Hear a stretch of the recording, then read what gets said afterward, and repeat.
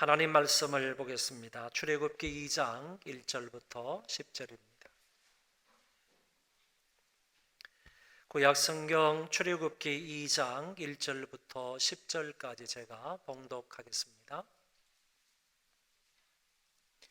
레위 가족 중 한 사람이 가서 레위 여자에게 장가들어 그 여자가 임신하여 아들을 낳으니 그가 잘생긴 것을 보고 석 달 동안 그를 숨겼으나 더 숨길 수 없게 되매 그를 위하여 갈대 상자를 가져다가 역청과 나무진을 칠하고 아기를 거기 담아 나일 강가 갈대 사이에 두고 그의 누이가 어떻게 되는지를 알려고 멀리 섰더니 바로의 딸이 목욕하러 나일 강으로 내려오고 시녀들은 나일 강가를 거닐 때에 그가 갈대 사이에 상자를 보고 시녀를 보내어 가져다가 열고 그 아기를 보니 아기가 우는지라 그가 그를 불쌍히 여겨 이르되 이는 히브리 사람의 아기로다.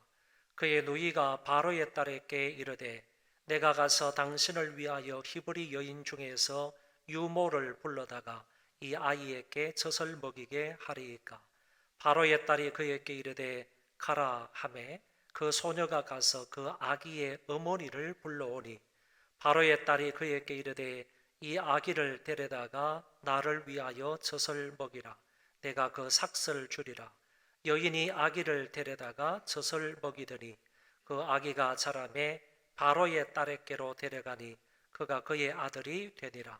그가 그의 이름을 모세라 하여 이르되 이는 내가 그를 물에서 건져 내었음이라 하였더라. 아멘.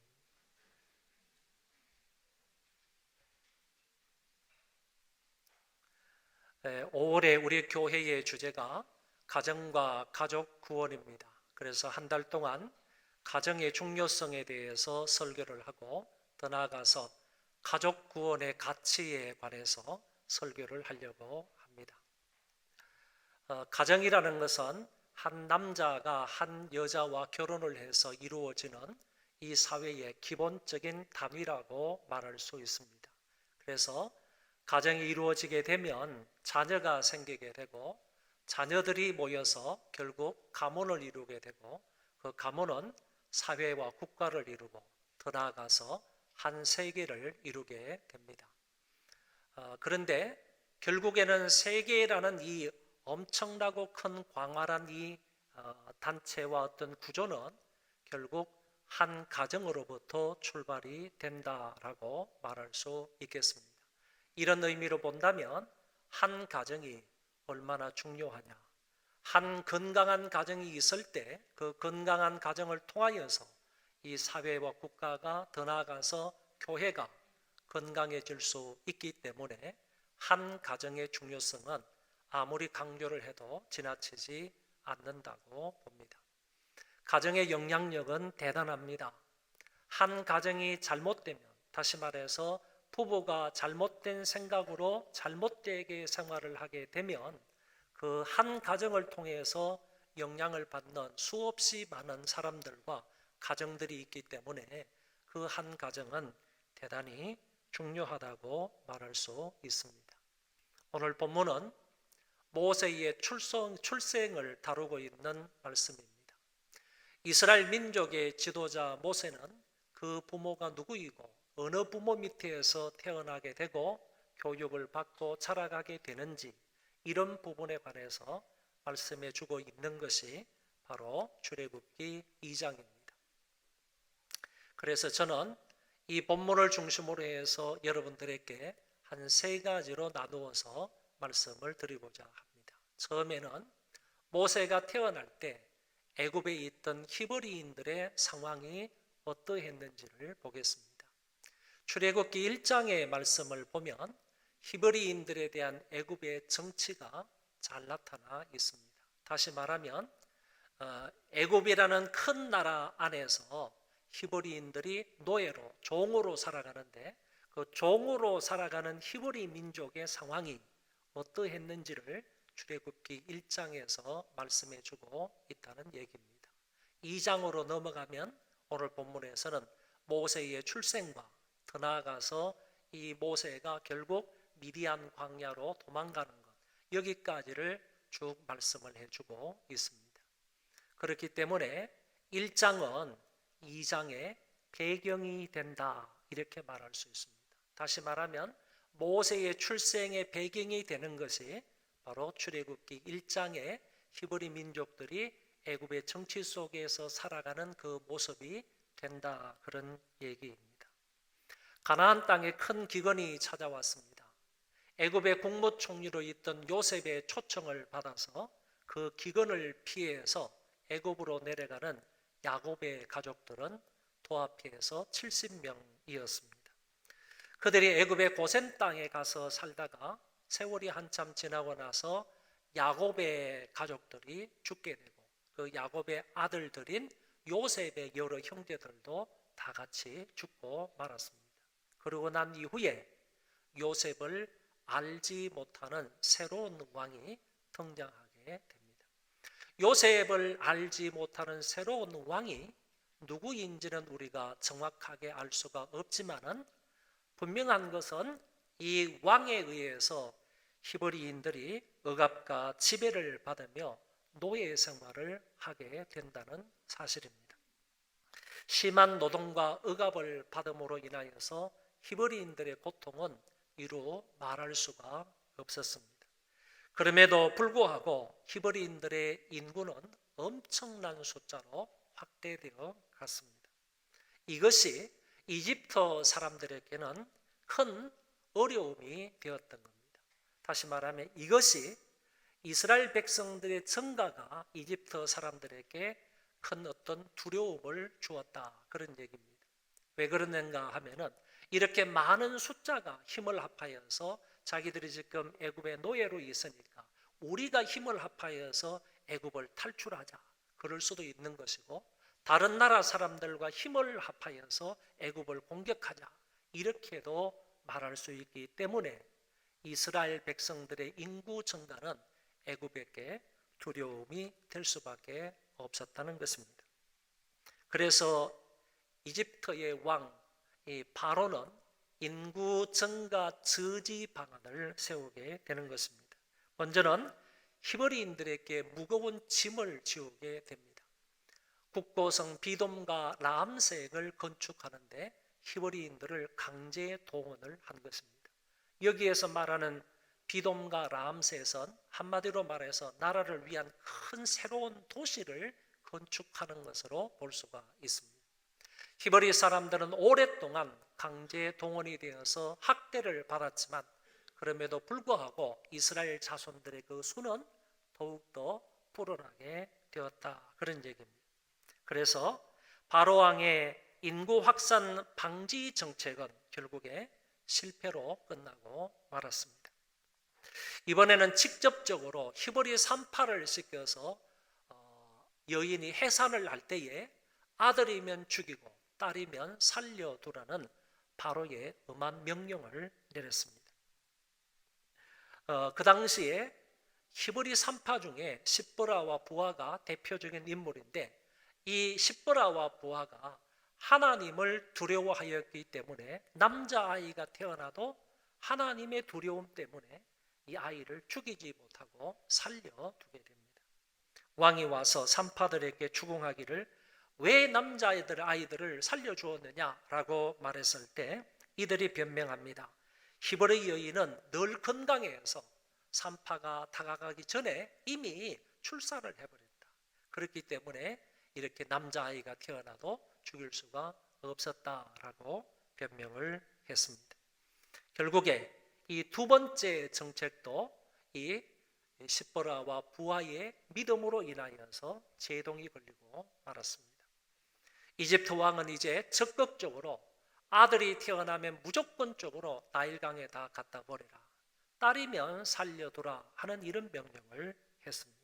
이렇게라도 해서 이스라엘의 번성을 막겠다고 바로 왕은 발버둥치고 있는 것입니다. 그럼에도 불구하고 이스라엘 백성은 점점 더 강성하여졌습니다. 이는 하나님이 그의 조상 아브라함과 약속하신 사항이었기 때문입니다. 하나님께서 아브라함에게 분명히 약속하시기를 너의 자손을 바다의 모래알처럼 하늘의 별처럼 많게 하겠다. 하나님이 분명히 약속을 하셨습니다. 그 약속대로 하나님이 지금 점점 이루어가는 그런 과정 속에 있는데 바로 왕이 이것을 가로막으며 방해를 하고 있다는 것입니다. 성경은 말씀합니다. 인간의 지혜와 명철과 모략으로는 결코 여호와를 당하지 못한다. 믿으시면 아멘 하세요. 잠언서에 분명하게 말씀을 하셨습니다. 모세는 자기 민족이 노예로 고통을 받으며 이런 위기적이며 생명을 경시하는 참혹한 상황 속에서 그 애굽 땅에서 태어나게 된다는 것입니다. 두 번째는 아므라함이 요게벳에게 장가들어서 아들을 낳는 장면입니다. 모세가 태어나는 시대적 배경을 보면 억압을 받고 두렵고 불안하고 남자아이가 태어나면 버려지거나 아니면 죽어야 하는 비참하고 암울한 환경 속에서 태어나게 됩니다. 그가 누구의 집에서 태어나게 됩니까? 본문에서는 그 부모의 이름이 나타나지 않지만은 다른 성경에 의해서 볼 때 그 아버지는 아므라함이고 어머니는 요게벳이라고 말해주고 있습니다. 남편인 이 아므라함은 레위의 아들 고앗의 후손이라고 표현되어 있습니다. 그리고 아므라함이라는 뜻은 백성이 높아졌다 그런 뜻이고 요게벳은 여호와는 영광이다 라는 뜻을 가지고 있습니다. 이 두 아버지 어머니의 이름을 합하여서 조합을 해서 본다면 두 사람 사이에서 모세를 낳음으로 인하여서 여호와의 영광을 드러내고 이스라엘 백성을 더 높이는 가정이라 이런 의미를 가지고 있다는 것입니다. 너무 멋진 부모의 이름입니다. 여러분의 가정들의 부모들은 자식들을 낳음으로 인하여서 하나님께 영광을 돌리고 대한민국의 명예를 더 높일 수 있는 그런 가정이 되었으면 좋겠습니다. 요게벳이 임신을 해서 아이를 낳습니다. 그런데 요게벳이 임신을 해서 모세를 낳기 이전에 이미 두 아이가 있었다는 것을 성경을 통해서 알 수가 있습니다. 그 아이는 누나 미리암이고 형 아론이었습니다. 누나 미리암은 여자이니까 문제가 안 되는데 어떻게 바로 왕이 남자아이가 태어나면 그 아이를 다 죽여라 아니면 강물에 버려라 이런 명령이 있었는데도 불구하고 형 아론이 살았겠느냐 그런 얘기입니다. 이것을 볼 때 이렇게 해석을 하면 이 문제를 쉽게 해결할 수 있겠다고 보는 것입니다. 아마도 모세가 태어나기 바로 직전에 바로의 이와 같은 명령이 있었던 것으로 본다. 그러니까 형 아론에게는 그 명령이 적용되지 않았다라고 볼 수가 있겠습니다. 모세가 태어났을 때에는 그가 남자이므로 살 수 있는 운명이 아니었습니다. 바로 태어나자마자 나일강에 버려져야만 합니다. 나일강에 갓난아이가 버려지게 되면 곧 부패하게 되겠죠. 그 부패한 것을 물고기들이 다 먹어치우고 말 것입니다. 그리고 그 아이는 얼굴이 잘생겼다고 얘기를 했는데 잘생겼다 하는 말은 보기에 좋았다 그런 뜻입니다.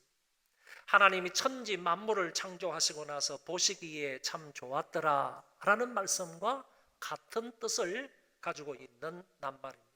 이 표현은 모세의 출생이 또 다른 창조, 즉 이스라엘 민족의 창조와 연결되어 있다는 점을 보여주고 있다라고 볼 수 있습니다. 모세의 부모는 모세의 아름다움을 보고 석 달 동안 그를 숨겨서 키우게 됩니다. 바로 왕의 명령을 어기면서 바로 왕은 당시 전 세계의 최고 권력자 아닙니까? 그 권력자의 명령을 어기면서 하나님이 주신 생명을 지키려고 애를 썼습니다. 부모의 마음과 부모의 책임이 나아가서 아이를 낳아서 아이를 키우고 그 생명을 보존해 내는 것 아닙니까? 이 생명은 하나님이 주신 축복이고 하나님이 주신 선물이기 때문에 이 사실을 아는 부모는 마땅히 그 아이가 태어났으면 그 생명을 최선을 다해서 지켜 보호해 주어야 한다는 것입니다. 그러나 이제 더 이상 그 아이를 숨길 수가 없어 나일강에 떠내려 보내기로 합니다.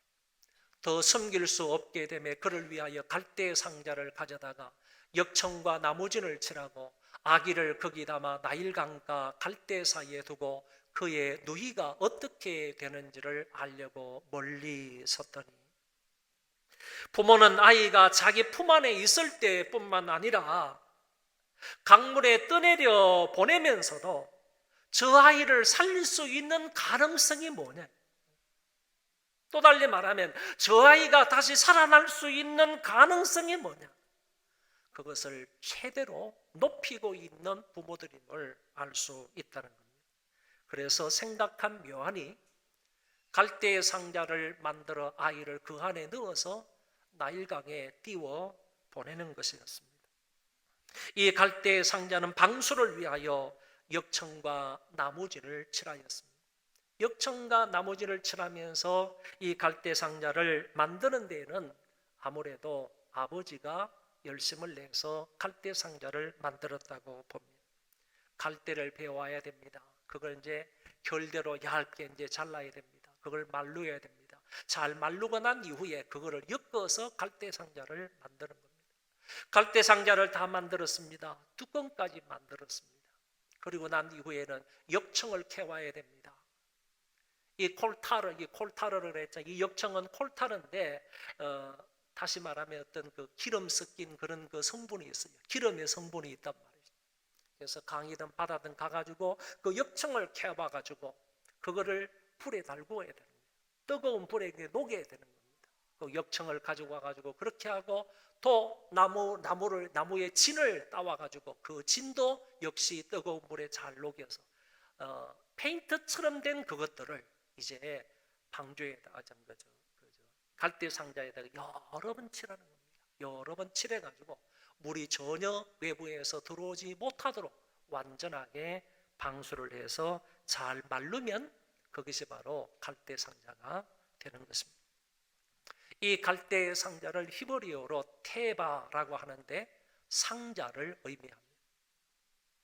여러분, 노아 홍수 이야기 속에서 방주를 가리키는 단어가 바로 테바입니다. 아이의 부모는 홍수로 인하여 많은 사람이 죽어갈 때 방주 안에 탄 노아의 식구들이 생명을 건짐받았듯이 갈대 상자 속에 있는 아이의 생명을 구해 주실 것을 믿으며 부모들은 이 상자를 만들었을 것으로 봅니다. 여러분, 방주는 배가 아닙니다. 방주는 배가 아니듯 여기에 갈대 상자도 돛담배가 아니라는 사실입니다.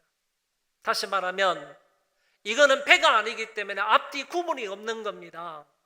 그리고 어느 방향으로 흘러가는지 아무도 모르는 것입니다.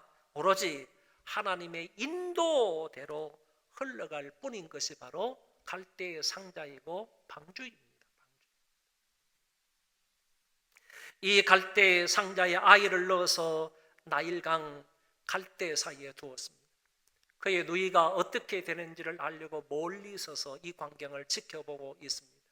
이때의 누이는 미리암이고 당시는 첫 번째 자녀였고 그리고 당시 한 14, 15세 정도 되었을 것으로 보는데 어떤 사람은 한 6, 7세 정도 되었을 것이다. 이렇게 가정하고 추측하는 사람도 있습니다.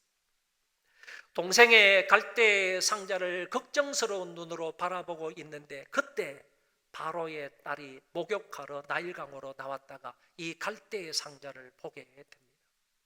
바로의 딸 공주는 이 아기를 불쌍히 여기며 이는 히브리 사람의 아기로다 이렇게 말합니다. 여러분 주목하시기를 바랍니다. 이 공주는 아기를 불쌍히 여기는 마음을 가지고 있었습니다. 그리고 아기가 히브리 사람의 아이라는 사실을 알고 있습니다.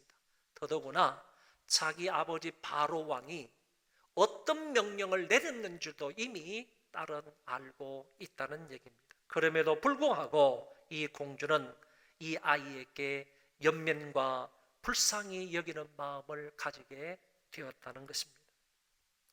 이 일련의 과정을 다 지켜보고 있던 누나 미리암이 공주 하셉스토에게 접근을 합니다.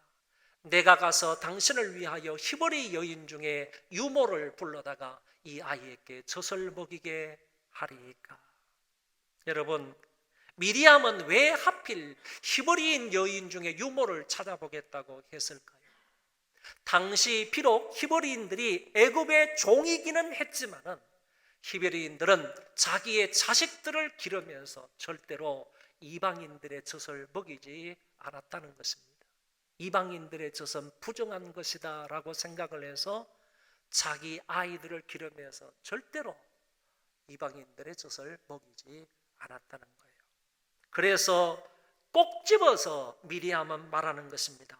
히브리인 여인 중에서 유모를 찾아서 이 아이에게 젖을 먹이리까 라고 말했습니다. 공주가 이를 허락합니다. 그 소년 자기 어머니이자 모세의 생모를 불러와서 공주에게 유모로 소개를 하는 것입니다. 이것도 모르고 바로에 따른 이 아기를 데려다가 나를 위하여 젖을 먹이라, 내가 그 삭슬 주리라고 했습니다.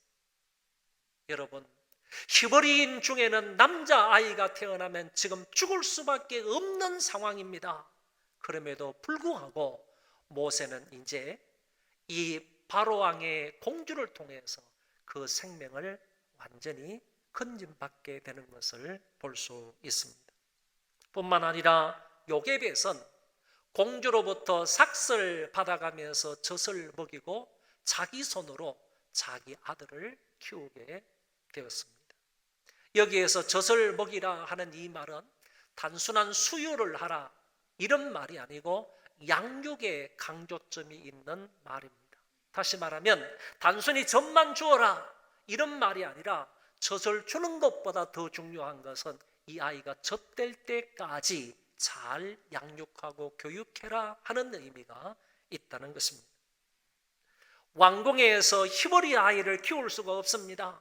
바로왕의 명령 때문에. 왕궁에서 히브리 아이를 키울 수 없으므로 요게벳은 자기 집에서 공주의 위탁을 받아서 이제 자기 아들을 키우게 되는 것입니다. 더더구나 공주의 위탁을 받아 아이를 양육하는 것이기 때문에 모세의 어머니 요게벳은 노역장으로 나가지 않아도 되었습니다.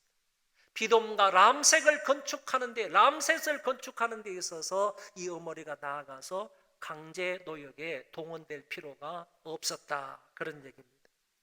아들이 살아난 것만 해도 너무너무 감사한 일인데 여러 가지 은혜와 혜택까지 받고 있는 모세의 부모들임을 볼 수가 있습니다.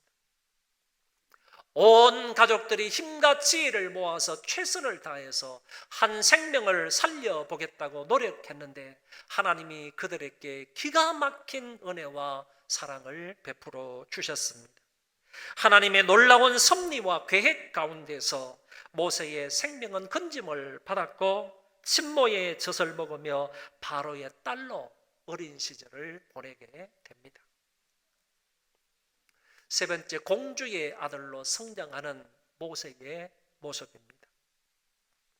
모세가 태어났을 때 그 부모는 아이의 아름다움을 보고 석 달을 숨겨 키웠다고 했는데 성경에 의하면 부모는 믿음으로 이 일을 했다고 말씀하고 있습니다. 믿음으로 모세가 났을 때에 그 부모가 아름다운 아이임을 보고 석 달 동안 숨겨 왕의 명령을 무서워하지 아니하였다. 그 지엄한 왕의 명령까지 무서워하지 않으면서 이 아이를 3개월 동안 숨겨 키울 수 있었던 것은 아므람과 요게벳의 믿음 때문이라는 겁니다. 믿음으로 인하여 그 부모는 아이를 숨겨서 키울 수 있었다고 했습니다. 그렇다면 갈대의 상자를 만들어 아이를 그 안에 넣고 물에 떠내려 보내는 것도 역시 믿음으로 했다라고 표현할 수가 있습니다. 믿음으로 아이의 생명을 지키며 3개월을 키웠고 다시 그 아이를 공주로부터 위탁받아서 키우게 되는데에도 역시 그 부모들은 믿음으로 이 아이를 양육했을 것으로 봅니다. 젖을 뗄 때까지 3년만 맞다 키울 수 있다는 사실을 이 부모들은 잘 알 수 있었기 때문에 가족들은 기도하면서 믿음으로 정성과 심혈을 기울여서 3년 동안 이 아이를 키웠을 것입니다. 이 기간 동안 요게베드에게 모세는 무슨 교육을 어떻게 받았겠습니까? 3살 때까지 교육을 받으면 얼마만큼 받겠느냐? 이렇게 부정적으로 질문할 사람도 있겠지만은, 그러나 유대인들의 유아교육은 우리들의 교육하고는 다르다라는 사실을 알아야 합니다. 태어나자마자 옹알이를 하기 시작할 때부터 아이들에게 언어를 가르치고 히브리어 알파벳을 가르친다고 합니다. 아이들이 무엇인가 좀 단 거, 이런 것을 조금 입에 이제 대면서 조금 먹기 시작을 하면요. 먹기 시작하면 그때부터 알파벳대로요. 그런 맛있는 것들을 이렇게 넣고 그걸 입으로 이렇게 핥아 먹으면서 히브리어 알파벳을 가르쳤다는 거예요. 예를 들면 알렙 그러면 알렙 이렇게 쓰잖아요. 그러면 알렙 입을 핥아 먹으면서 알렙 이렇게 글자를 쓰도록 만든 교육이 히브리인들의 유아 교육이라고 합니다. 그리고 항상 기도해 줍니다. 하나님에 대한 이야기를 들려줍니다.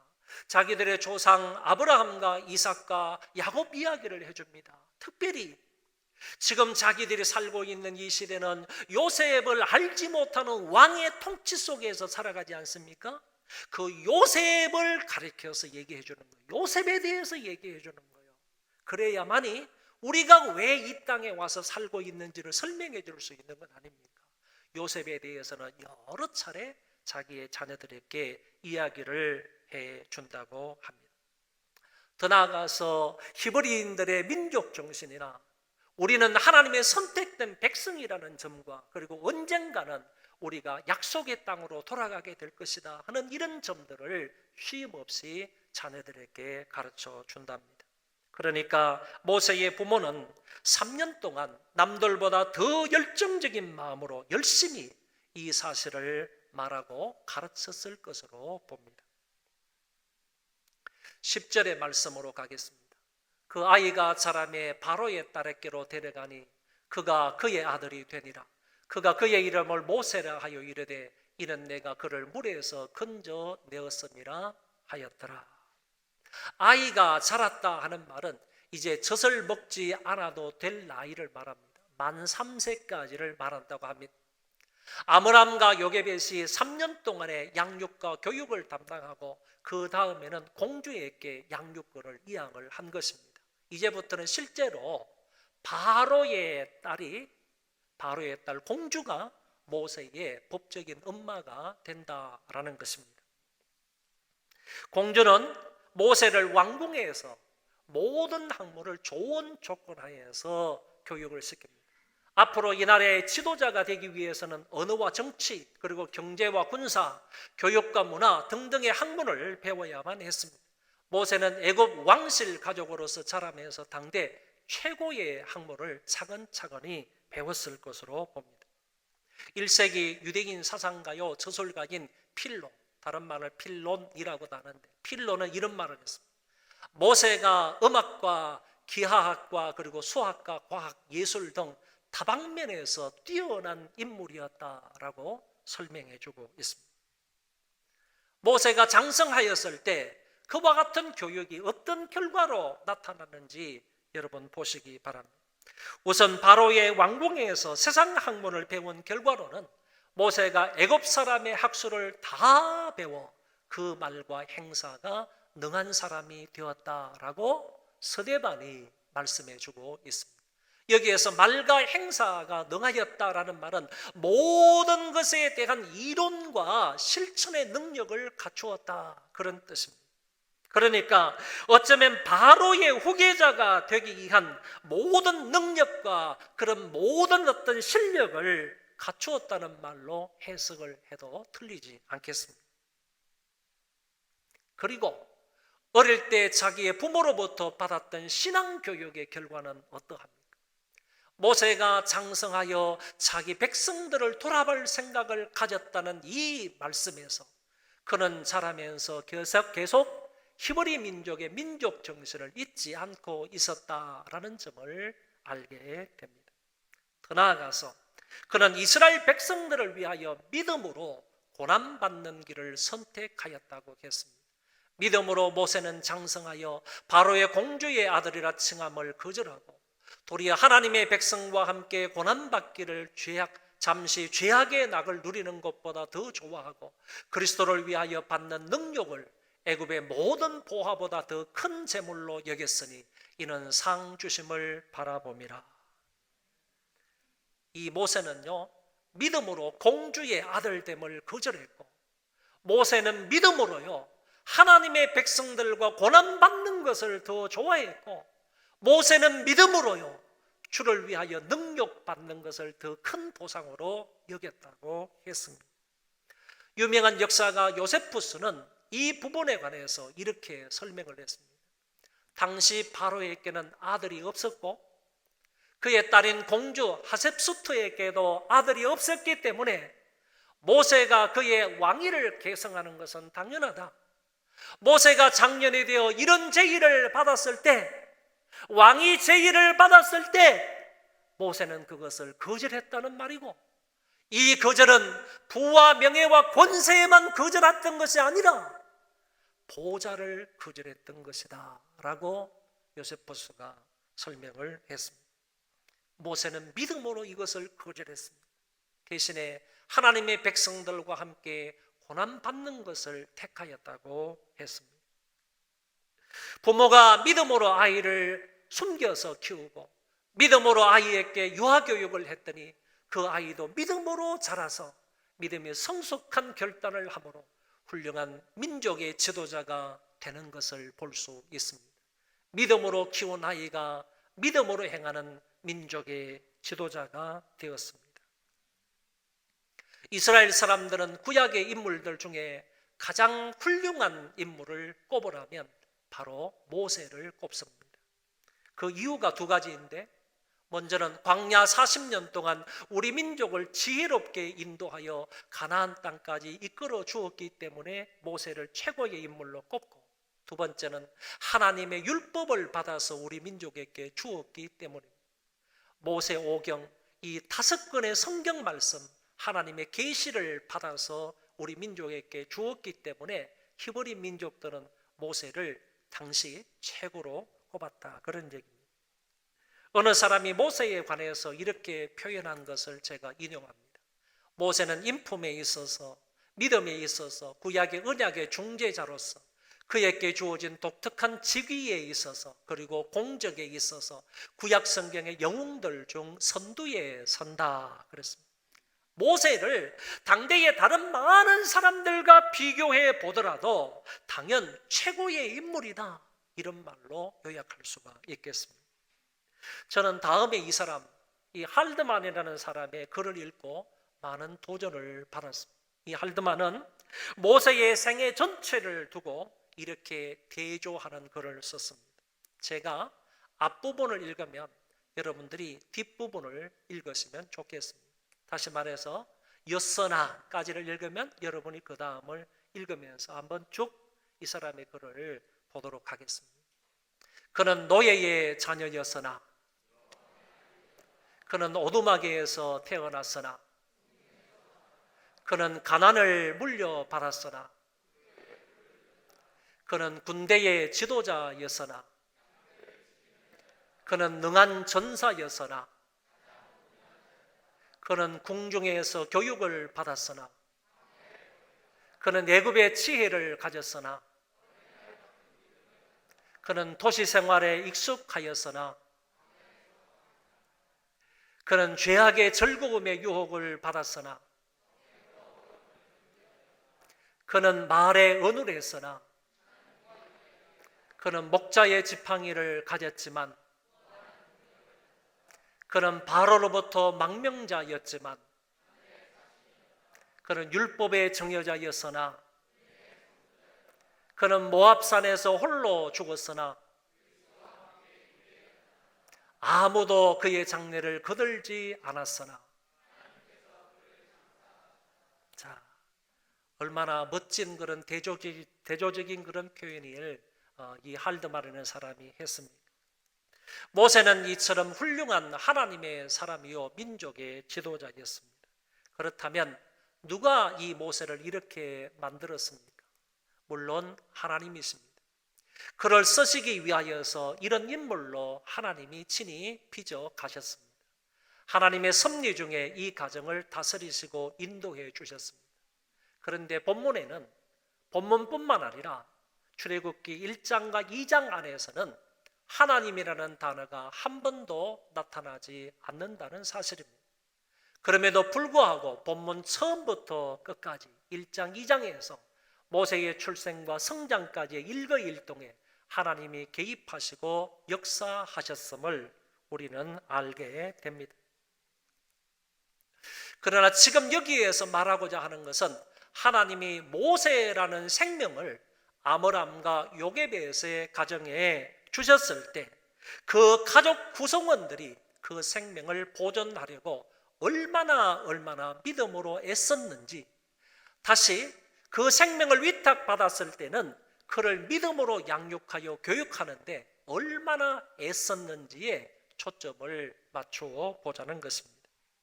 여러분의 가정에서도 한 아이가 태어나면 생명은 하나님의 축복이며 선물인 줄 알고 끝까지 그 생명을 잘 보존하도록 온 가족들이 믿음으로 노력해야 하겠습니다. 아이를 낳았다고 부모의 책임이 다 끝나는 것 아닙니다. 그 생명을 보호하고 보존해야 하는 것입니다. 아울러 그 아이를 믿음으로 양육하고 교육하는 책임도 부모에게 있다는 것입니다. 믿음으로 아이를 보살피고 믿음으로 교육을 하면 그 아이가 믿음의 사람이 되고 믿음으로 결단하고 믿음의 지도자가 되는 것입니다. 부모들의 이 책임을 잘 감당함으로 여러분의 가문에서도 모세처럼 만인의 존경을 받는 이 민족의 훌륭한 지도자가 배출되기를 바랍니다. 이런 은혜가 아므람과 이 요게벳의 가정에 베풀어 주신 이와 같은 놀라운 은혜가 여러분 가정에도 넘치시기를 바랍니다. 우리 다 일어나셔서 찬송 부르겠습니다.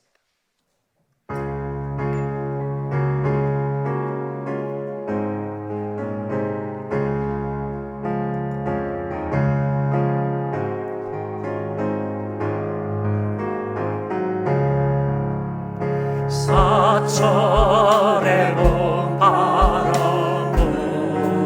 일고 하나님 아버지 오셨으니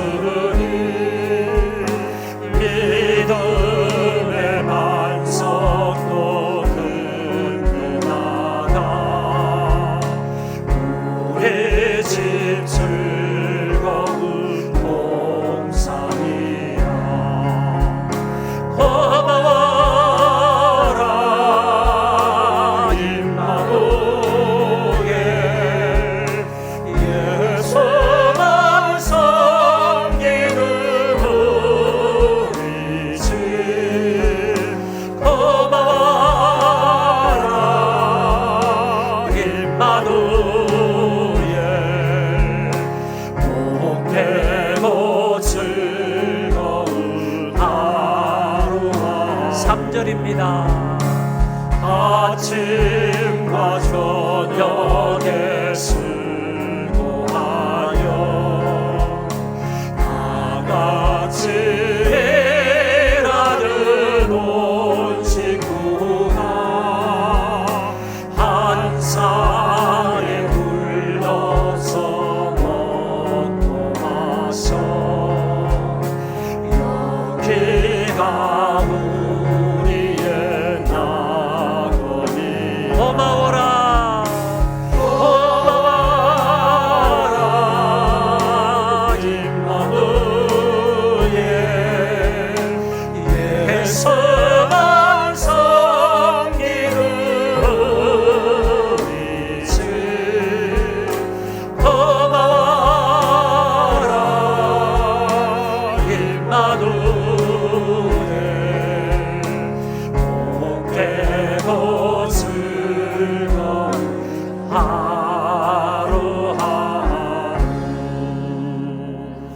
우리 이 시간 다 같이 통성으로 기도하겠습니다. 우리의 가정도 아므람과 요게벳의 가정처럼 되게 해달라고, 우리도 믿음으로 아이들을 양육해서 그 아이들이 믿음으로 성장해서 믿음의 일꾼들이 되게 해달라고, 이민족으로부터 존경을 받는 이민족의 훌륭한 일꾼으로 성장해 가도록 위해서 통성으로 기도하도록 하겠습니다. 자비하시